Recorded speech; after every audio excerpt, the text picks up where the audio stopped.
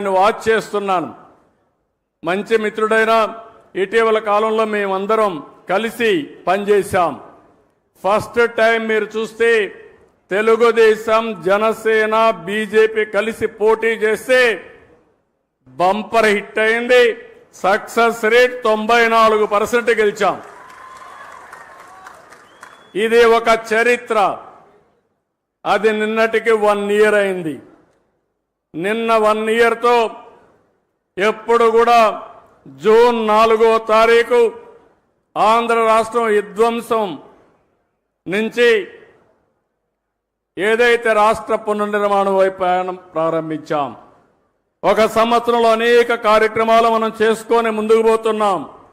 ఈరోజు వినూత్నమైన కార్యక్రమాలకి శ్రీకారం చుట్టాం. ఒకటి మీరు చూస్తే సర్క్యులర్ ఎకానమీ, 2 మీరు చూస్తే ఎక్కడికక్కడ చెట్లు పెట్టే కార్యక్రమం. ఈరోజు మనం డిప్యూటీ సీఎం గారు చెప్పినట్టు నేను ఒకటే ఆశిస్తున్నాను, అన్ని ఫారెస్ట్ ఏరియాల్లో నేను ఇప్పుడే కాదు ఇంత మునిపే అనేక కార్యక్రమాలు చేశాను. ఇప్పుడే అంకారావు గారు ఒక మాట అన్నాడు, చదువుకుంటూ ఆ రోజుల్లో ఇంకుడు గుంతల మాట విన్నాడు, చెట్లు పెట్టే కార్యక్రమం విన్నాడు, ఇంకో పక్క వనము మనం అనే కార్యక్రమం విన్నాడు, వన సంరక్షణ సమితులు పెట్టాం. ఇలాంటి అనేక వినూత్నమైన కార్యక్రమాలతో రిడ్జ్ టు వ్యాలీ కాన్సెప్ట్ పెట్టాం. ఫారెస్ట్ ఏరియా చుట్టూరంతా కూడా కంటోర్ ట్రెంచెస్ కొట్టాం. అదే మరి ఫారెస్ట్ లో చెక్ డ్యాములు కట్టాం. ఫారెస్ట్ లో ఎక్కడికక్కడ ఇంకుడు గుంతలు పెట్టి అక్కడ పడిన నీళ్ని అక్కడనే భూగర్భ జలాలుగా మార్చాం.